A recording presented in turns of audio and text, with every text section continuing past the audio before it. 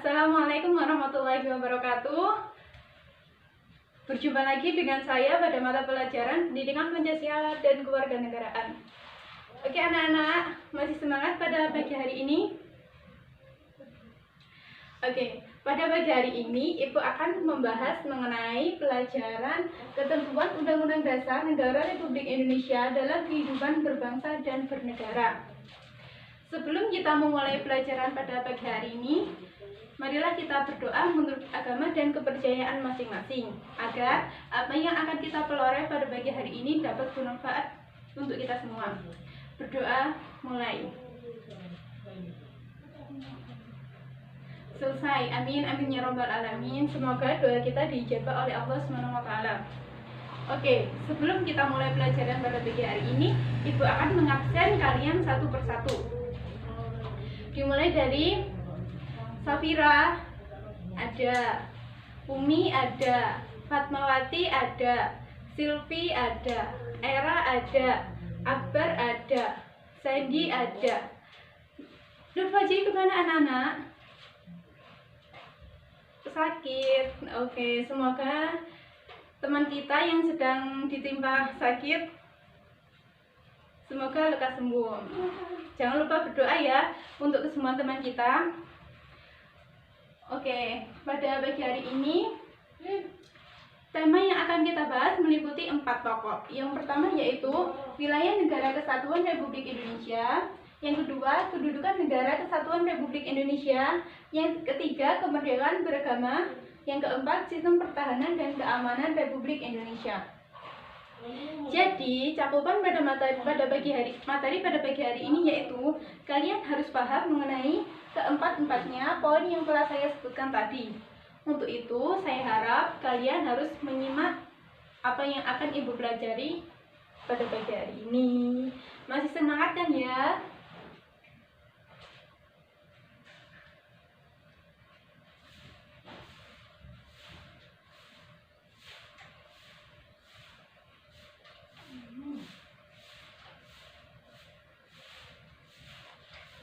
Oke, sebenarnya apa sih manfaat kita mempelajari ketentuan Undang-Undang Negara Republik Indonesia dalam kehidupan berbangsa dan bernegara ini?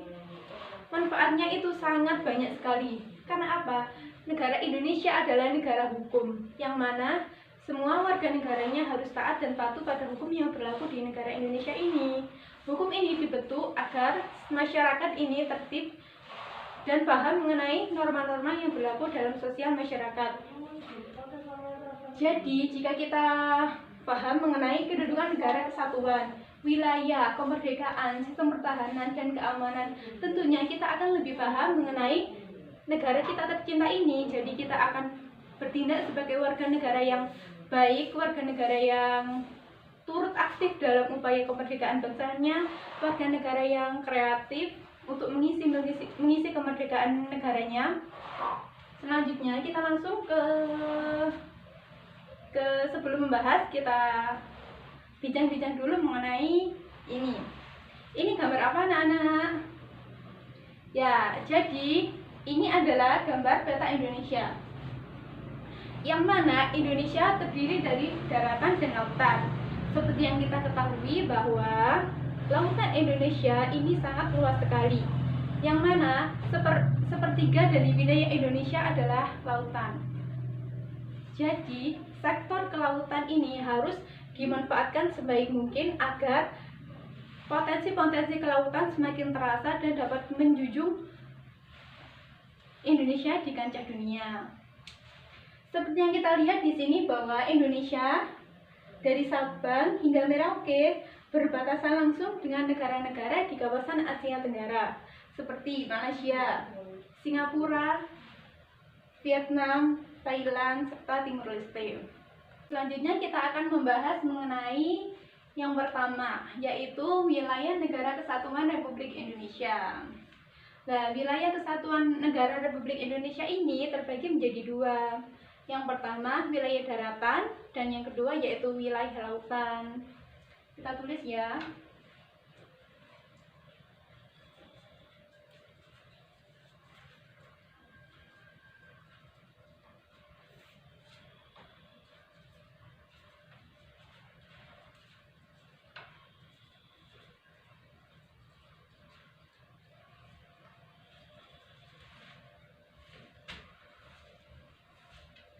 Wilayah daratan ini kita berbatasan langsung dengan negara-negara di kawasan Asia Tenggara. Wilayah lautan juga. Pada wilayah daratan ini kita kembali ke PPT bahwa negara Indonesia mempunyai batas-batas wilayah. Yang pertama yaitu batas pada bagian utara. Pada batas bagian utara ini Indonesia berbatasan langsung dengan Singapura, Malaysia, Malai, Thailand, Vietnam, serta Laos. Kemudian pada batas timur, Indonesia berbatasan langsung dengan Papua Nugini, seperti yang ada di dalam PPT.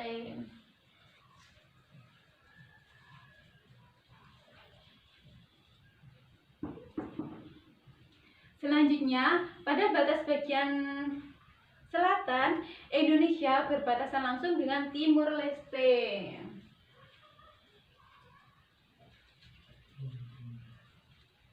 Ada yang tahu kenapa Indonesia berbatasan dengan Timur Leste? Ayo, siapa yang tahu?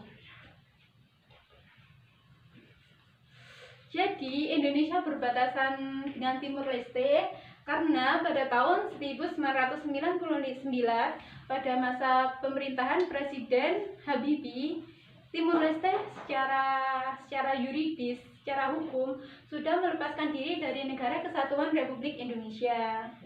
Untuk itu, Timur Leste bukan lagi bagian dari Negara Republik Indonesia. Ayo, ada yang tahu siapa ibu kota Timur Leste? Ya, ibu kota Timur Leste adalah berada di Dili. Selanjutnya, pada bagian barat, Indonesia berbatasan dengan negara apa pada bagian barat? Nah, seperti yang ada di PPT dijelaskan bahwa di sebelah barat Indonesia tidak berbatasan dengan negara apapun, karena di sebelah barat Indonesia berbatasan dengan Samudra Hindia dan Australia. Sudah paham sejauh ini? Oke, saya harap kalian bisa memahami materi yang telah Ibu sampaikan tadi. Untuk itu, Ibu langsung akan melanjutkan pada wilayah Negara Kesatuan Republik Indonesia di bidang lautan.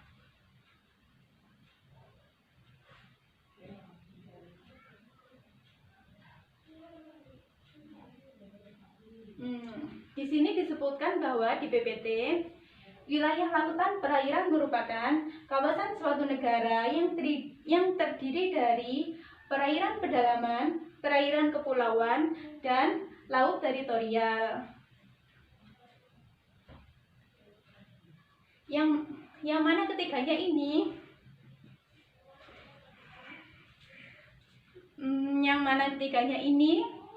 Diatur dalam hukum internasional tentang kelautan.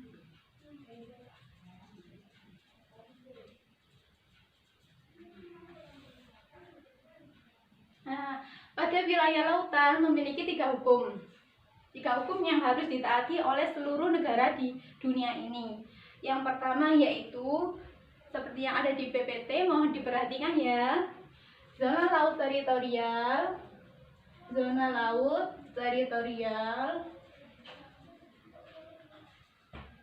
zona landas kontinen, yang ketiga zona ekonomi eksklusif.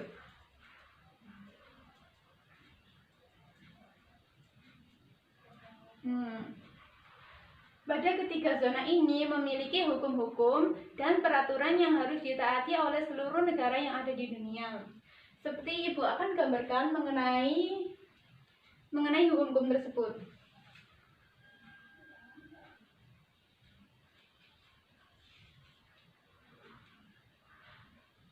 Nah, di sini ini terdapat pantai. Ini pantai.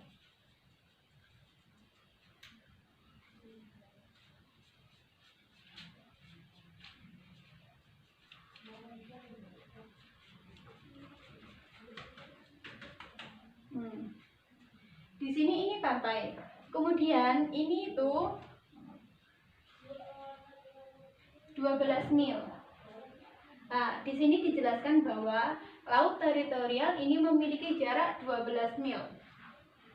12 mil dari bibir pantai. Ini sampai sini, dari sejauh ini 12 mil dinamakan dengan laut teritorial, disingkat LT. Kemudian pada landas kontinen ini memiliki jarak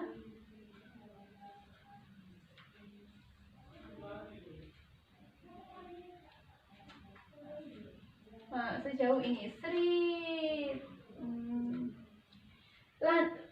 Zona landas kontinen seperti yang ada di PPT memiliki jarak 200 mil dengan kurang lebih kedalaman 150 meter.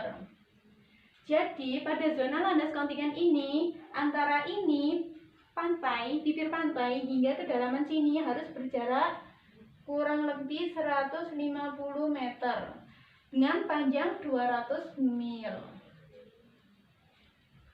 Pada zona landas kontinen ini masih berupa hak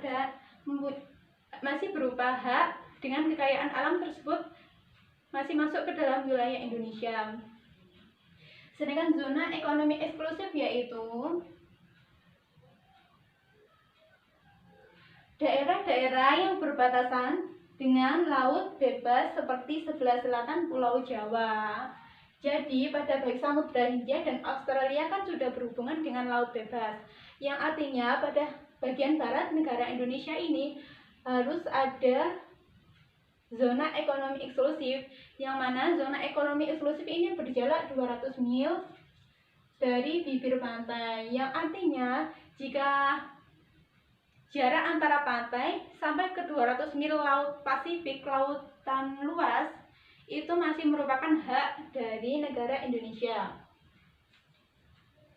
Sejauh ini sudah paham mengenai wilayah perairan yang ada di Indonesia?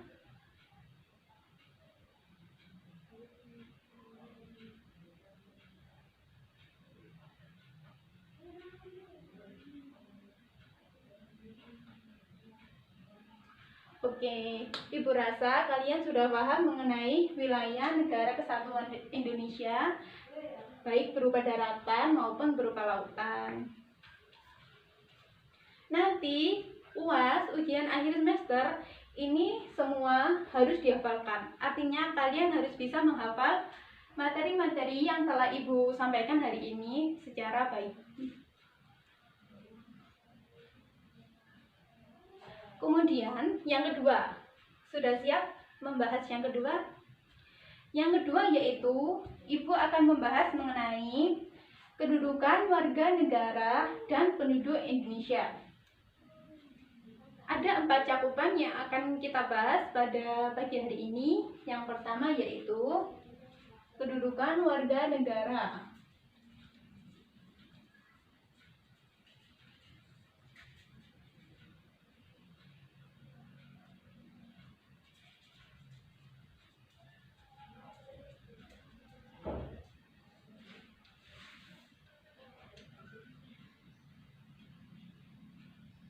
Yang pertama yaitu status warga negara Indonesia.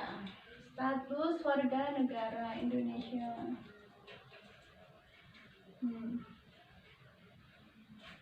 Yang kedua, asas-asas kewarganegaraan Indonesia.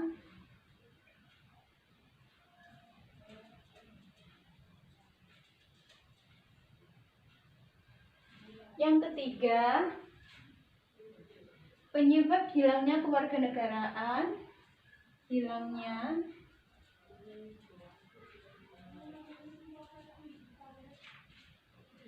Yang keempat yaitu syarat-syarat menjadi WNI.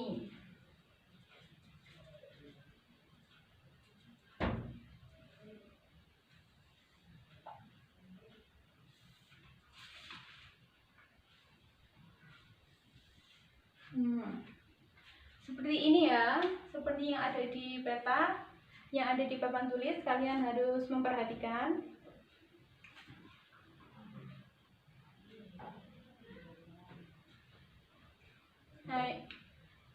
selanjutnya kita akan membahas mengenai status warga negara Indonesia. Status warga negara Indonesia ini diatur dalam pasal 26 ayat 1 dan ayat 2 serta dalam Undang-Undang Nomor 12 Tahun 2006.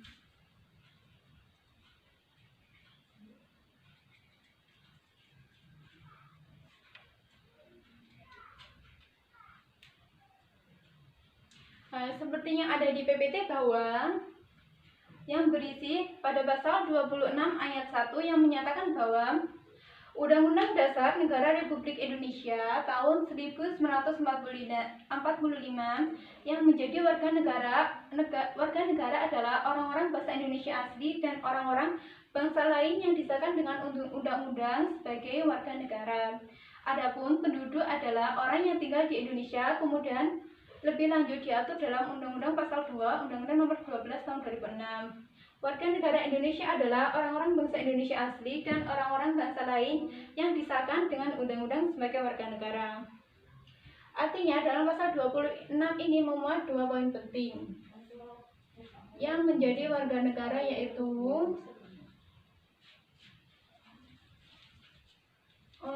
orang Indonesia asli dan yang disahkan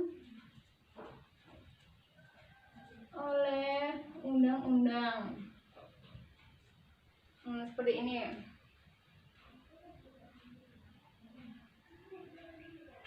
Lah, ada yang tahu perbedaan penduduk dan warga negara? Penduduk dan warga negara.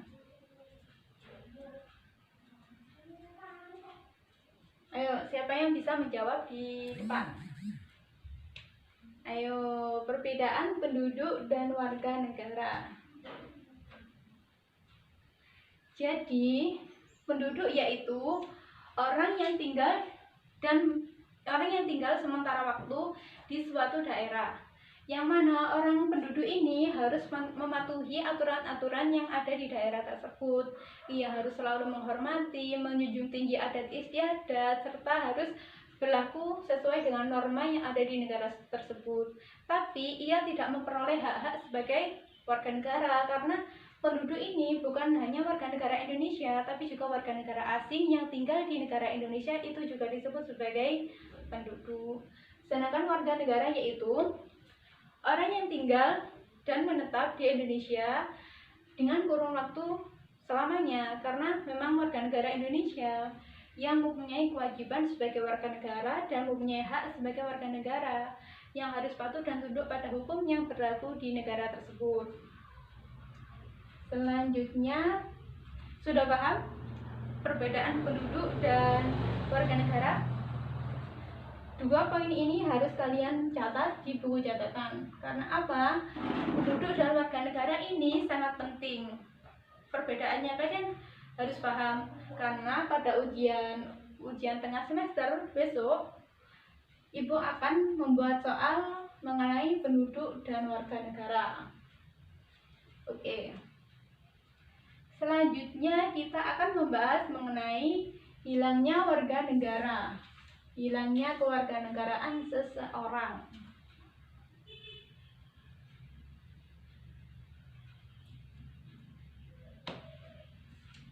Nah, penyebab hilangnya kewarganegaraan dari seseorang yaitu yang pertama, seseorang tersebut memilih kewarganegaraan dari negara lain, seperti contohnya kasus-kasus yang lagi marak, yaitu artis-artis yang sudah go internasional seperti Anggun C. Sasmi, terus Anggun C. Sasmi saja ya. Anggun C. Sasmi ini sudah berganti kewarganegaraan. Karena apa? Karena ia telah mengajukan pemindahan kewarganegaraan ke negara lain di tempat ia berkarir saat ini. Selanjutnya, hilangnya kewarganegaraan ini juga disebabkan sebagai tidak menolak atau tidak melepaskan kewarganegaraan lain, sedangkan orang yang bersangkutan mendapat kesempatan untuk itu. Jadi, Contohnya saja ya, jika kalian memperoleh paspor dari negara lain, itu sama artinya kalian sudah pindah kewarganegaraan. Karena apa? Paspor itu sudah termasuk menunjukkan identitas kewarganegaraan dari seorang individu. Seperti kasus pada tahun 2017 kalau nggak salah, yang pada saat itu pasukan pengibar bendera nasional yang ada di Jakarta, ia terbukti memperoleh 2 paspor, Australia dan Indonesia. Sehingga banyak sekali pihak yang kecewa dengan adanya kasus tersebut. Ia tidak bisa mengibarkan bendera Kesatuan Republik Indonesia di Istana Kepresidenan. Namun pada penurunan bendera pusaka, ia masih diberi kesempatan untuk mengabdikan diri kepada bangsa Indonesia. Jadi intinya hilangnya kewarganegaraan Indonesia ini tuh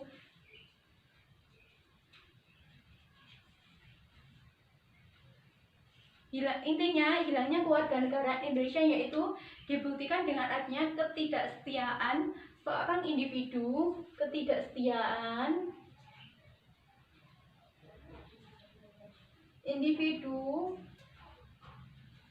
pada negaranya.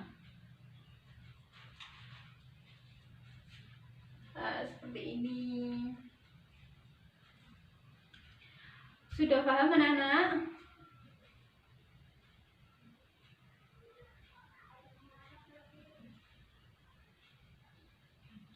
Selanjutnya, kalau sudah paham, Ibu akan menjelaskan mengenai materi selanjutnya, yaitu asas-asas warga negara. Asas-asas kewarganegaraan yang ada di Indonesia yaitu diatur dalam Undang-Undang Nomor 12 Tahun 2006. Pada asas-asas kewarganegaraan Indonesia ini didasarkan melalui kelahiran. Yang pertama kelahiran, yang kedua kewarganegaraan,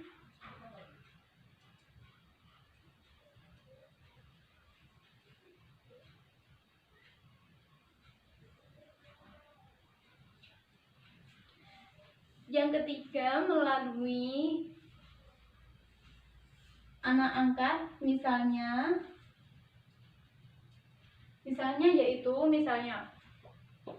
kalian, orang tua kalian sedang pergi ke luar negeri, ke Australia ya. Kemudian orang tua kalian itu jatuh cinta pada anak balita yang ada di Australia dan mengangkat anak yang ada di sana. Jadi anak tersebut dapat memperoleh kewarganegaraan dari Indonesia. Selanjutnya yaitu balas jasa. Balas jasa ini karena sepertinya pada atlet-atlet kita, terutama atlet sepak bola, banyak sekali yang berasal dari luar negara. Untuk itu, mereka akan berlomba-lomba memperoleh piala agar ia bisa menjadi warga negara Indonesia. Dan warga negara Indonesia bisa memberikannya kewarganegaraan Indonesia atas jasa yang telah ia lakukan untuk negara Indonesia. Contohnya seperti siapa ya? Seperti pemain sepak bola terkenal Gonzalez yang berasal dari Aremania.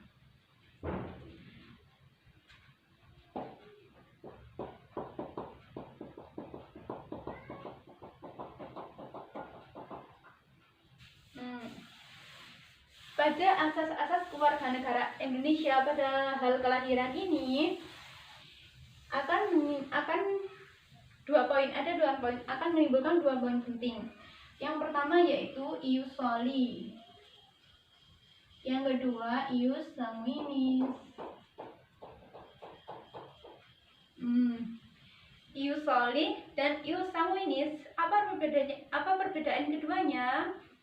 Kalian harus paham ya mengenai ius soli dan ius sanguinis.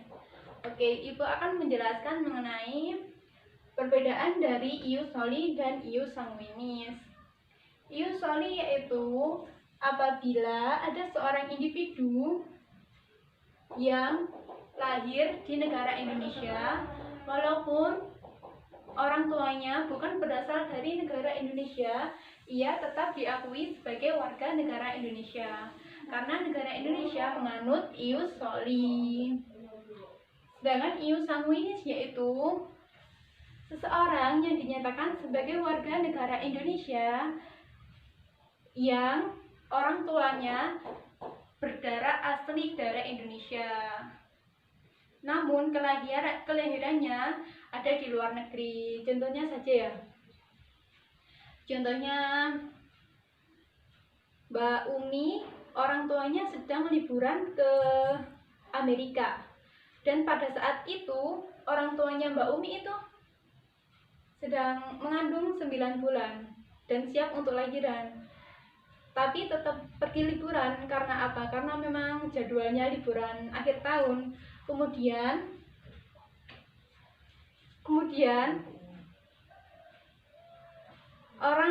orang tuanya Mbak Umi tadi itu melahirkan di Australia sesuai tujuan yang telah ia tujuan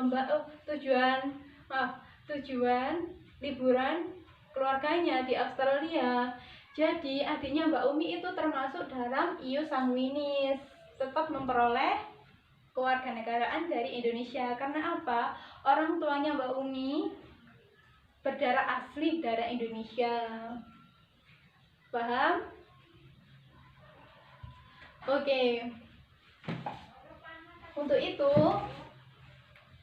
kalian harus membuat contoh mengenai ius soli dan ius sanguinis.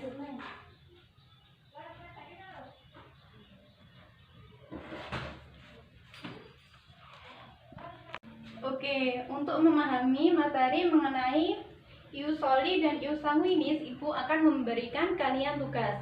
Yang mana tugas ini bersifat tugas individu yang harus kalian kerjakan pada akhir pelajaran kali ini.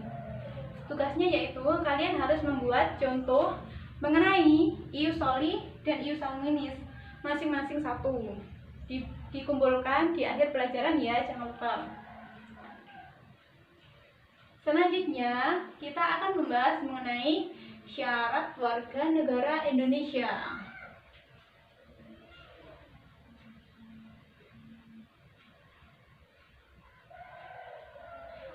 Syarat mengenai warga negara Indonesia yaitu ada beberapa cara yang dapat ditempuh agar seseorang menjadi warga negara Indonesia. Cara untuk memperoleh kewarganegaraan Indonesia yaitu melalui kelahiran,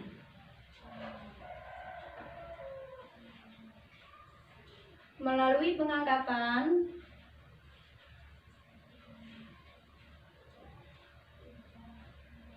melalui naturalisasi,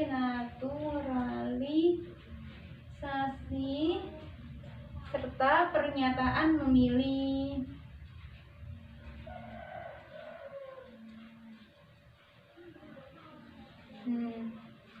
Seperti yang telah Ibu jelaskan tadi, bahwa kelahiran ini dapat menentukan apakah seseorang tersebut memiliki warga negara Indonesia atau tidak diakui menjadi warga negara Indonesia.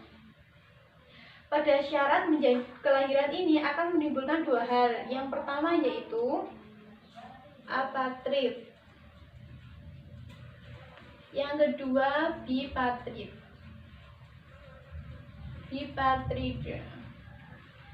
A artinya apa? A ini artinya tidak. Sedangkan B ini artinya ganda atau dua. Jadi seseorang ini bisa mengalami dua hal. Yang pertama apatrid, yang kedua bipatrid. Hal ini ditentukan dengan di mana ia lahir dan siapa yang melahirkannya. Apatrid yaitu seorang yang tidak memiliki kewarganegaraan. Misalnya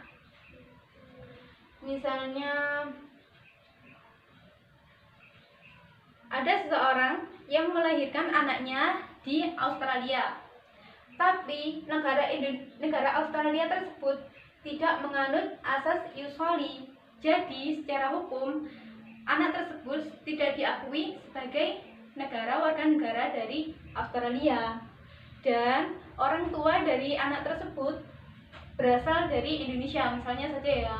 Tapi Indonesia sendiri tidak menganut ius sanguinis, jadi anak tersebut tidak diakui sebagai warga negara Indonesia maupun warga negara Australia dan mengalami kasus apatrid, tidak memiliki kewarganegaraan. Sedangkan bipatrid ini kebalikan dari apatrid, artinya negara-negara tersebut menganut asas ius soli atau ius sanguinis, dan anak tersebut memiliki kewarganegaraan ganda. Warganegaraan ganda ini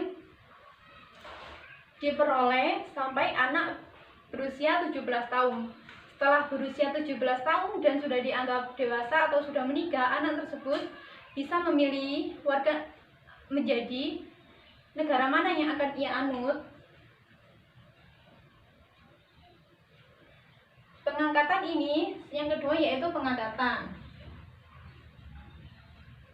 Pengangkatan ini seperti yang telah saya jelaskan sebelumnya mengenai pengangkatan anak, ya ini berkesinambungan menjadi syarat menjadi warga negara Indonesia.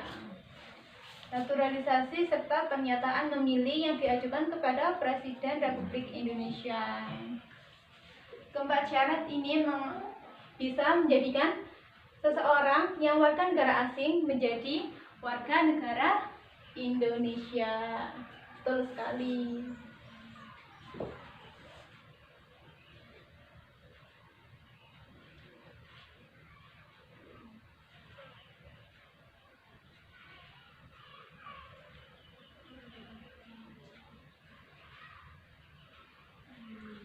Oke, untuk menambah pengetahuan kalian mengenai kedudukan Negara Kesatuan Republik Indonesia, mengenai status warga negara, asas-asas, ius soli, ius sanguinis, serta apatrid dan bipatrid, kalian akan ditayangkan video mengenai warga negara tersebut.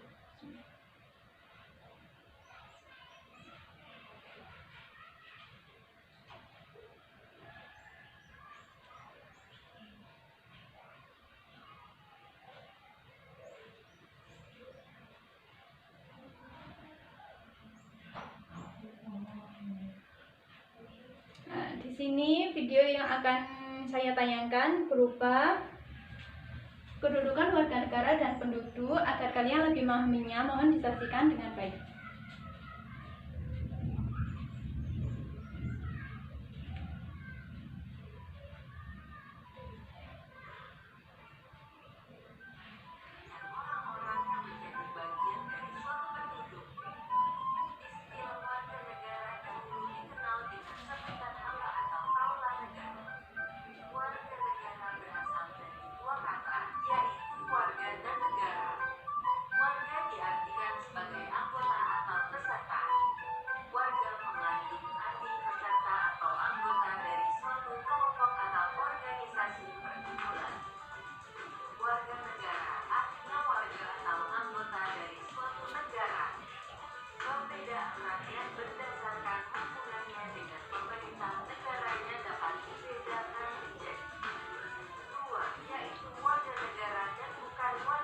Lihat ya, diperhatikan.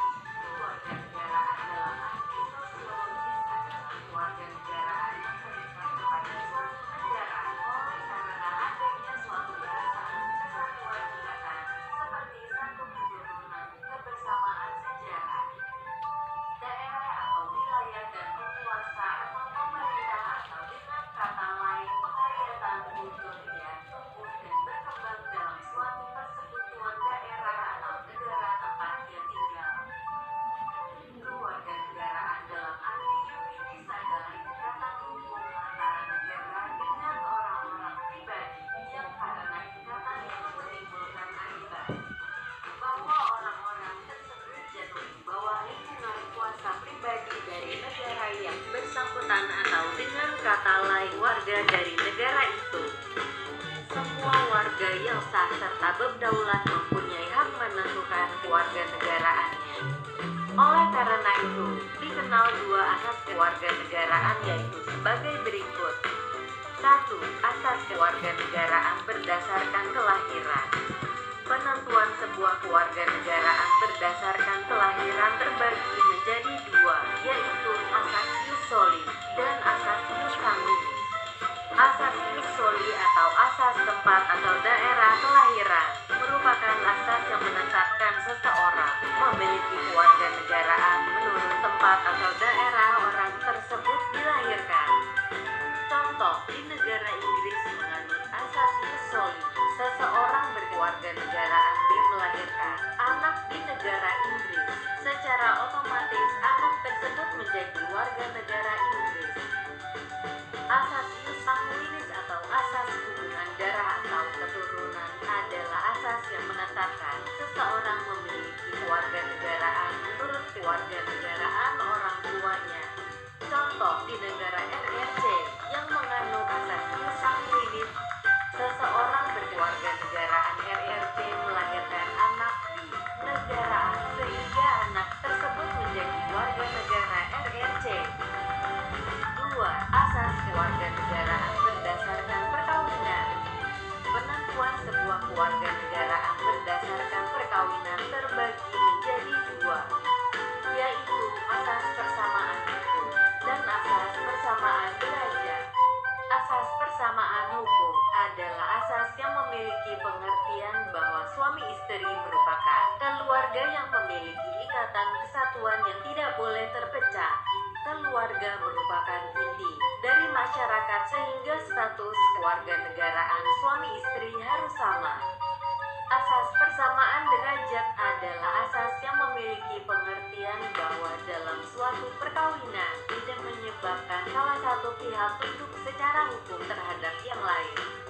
Keduanya memiliki hak yang sama untuk menentukan status kewarganegaraan sendiri.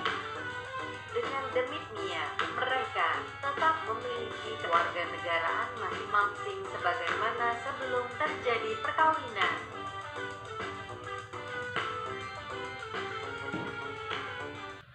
Oke, bagaimana video tadi yang sudah ditayangkan? Apakah paham?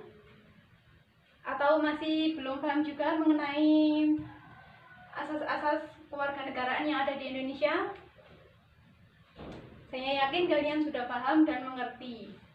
Selanjutnya kita akan membahas mengenai materi yang ketiga, yaitu kemerdekaan beragama dan berkepercayaan.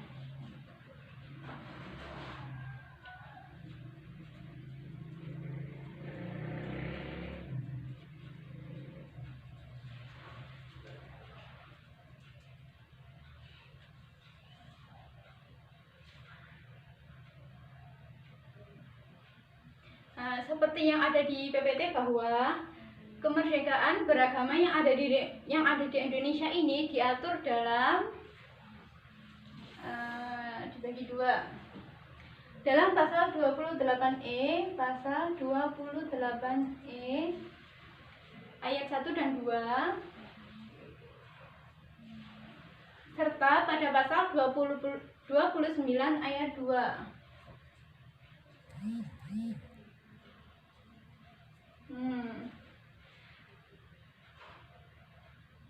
Pada pasal 28E ayat 1 dan 2 menyebutkan bahwa setiap orang berhak untuk memeluk agama dan beribadah menurut agama dan memilih pendidikan serta pengajaran, memilih pekerjaan, memilih kewarganegaraan, memilih tempat tinggal di wilayah negara dan meninggalkannya serta berhak kembali.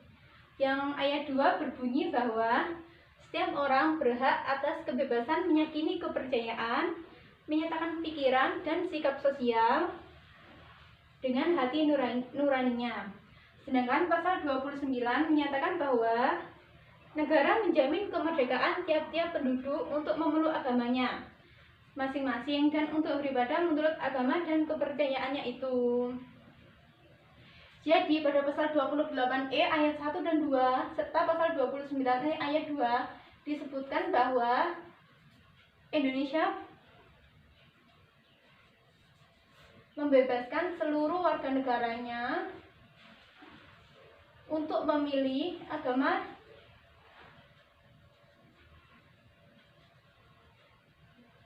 yang ia yakini benar.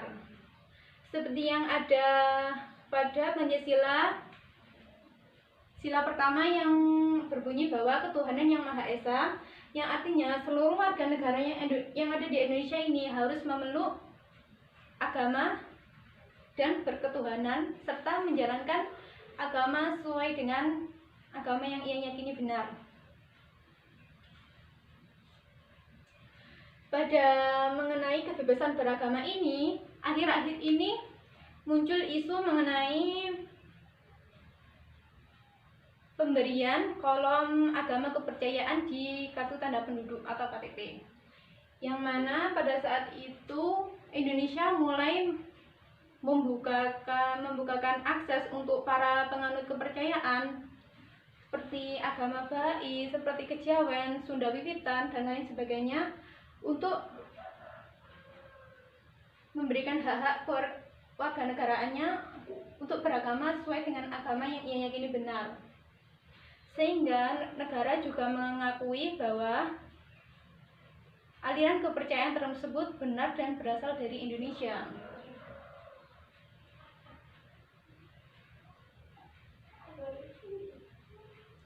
Nah, selanjutnya yaitu sistem pertahanan dan keamanan negara Republik Indonesia pada poin keempat. Sistem pertahanan dan keamanan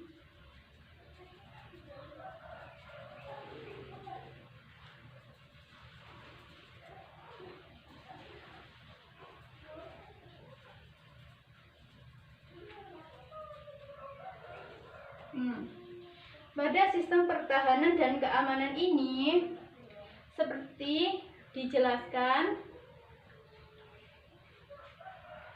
pada pasal 30 ayat 1 dan ayat 1 sampai ayat 5 Undang-Undang Dasar Negara Republik Indonesia 1945, yang disebutkan bahwa sistem pertahanan dan keamanan dijalankan oleh dua, polisi dan Polri dan TNI.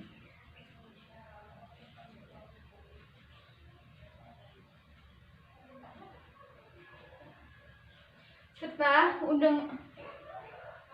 Undang-Undang Tahun Negara Republik Indonesia tahun 1945 juga memberikan gambaran bahwa usaha pertahanan dan keamanan dilakukan dengan menggunakan sistem pertahanan dan keamanan rakyat semesta atau Sishankam Rata.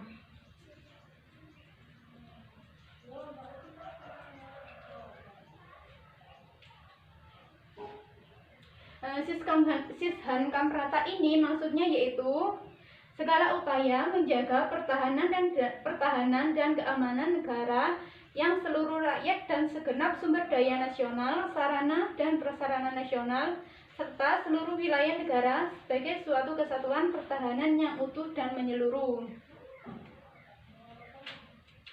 Antara polisi dan TNI ini harus saling bekerja sama dalam mempertahankan sistem pertahanan dan keamanan negara Republik Indonesia.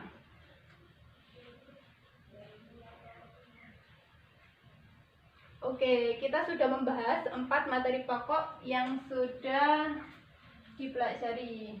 Ada yang ditanyakan sejauh ini? Saya yakin kalian sudah paham mengenai materi yang telah saya jelaskan pada siang hari ini. Untuk itu, sebagai penutup, Ibu akan memberikan 3 tugas. Tugas yang pertama yaitu yang tadi yang sudah saya jelaskan mengenai contoh ius soli dan ius sanguinis.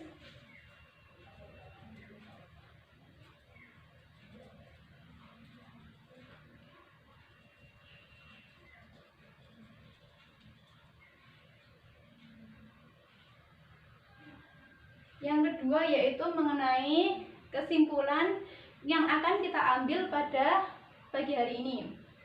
Kesimpulan.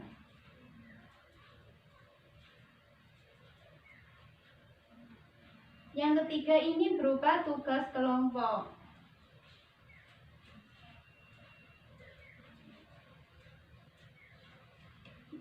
Tugas 1 dan tugas kedua ini harus dikumpulkan pada sore hari saat jam pelajaran telah selesai. Karena mencakup materi yang cukup banyak, jadi saya beri kelonggaran sampai sore hari, sampai pelajaran diakhiri nanti. Tugas ini bersifat individu, kalian tidak boleh saling contek-mencontek, dan jangan lupa diberi nama. Sedangkan tugas kelompok ini, satu kelas nanti dibagi menjadi 4 kelompok besar. Yang mana kelompok pertama membahas wilayah negara, kelompok kedua membahas kedudukan negara, kelompok ketiga membahas kemerdekaan beragama, kelompok keempat membahas sistem pertahanan dan keamanan negara Republik Indonesia. Tugasnya yaitu kalian membuat video animasi mengenai materi-materi yang sudah saya jelaskan berdasarkan kelompoknya masing-masing. Kemudian video tersebut diupload di IG masing-masing dengan hashtag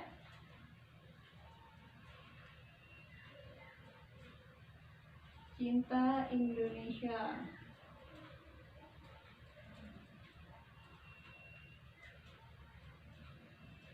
Cinta Pancasila.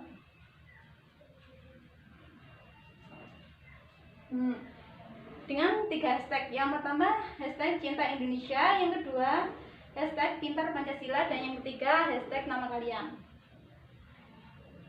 Video ini dibuat, saya harap pengerjaannya semua anggota kelompok turut aktif dalam pembuatannya, agar video yang kalian tampilkan ini bagus dan bisa diupload di YouTube. Oke, berhubung waktu sudah siang dan kalian sudah lapar, Ibu akan tutup pertemuan kali ini dengan doa. Untuk itu marilah kita berdoa menurut agama dan kepercayaan masing-masing, agar apa yang telah kita peroleh dapat bermanfaat untuk kita semua. Berdoa mulai. Berdoa selesai. Oke, kurang lebihnya saya mohon maaf yang sebesar-besarnya. Saya tutup pertemuan pada pagi hari ini. Wassalamualaikum warahmatullahi wabarakatuh.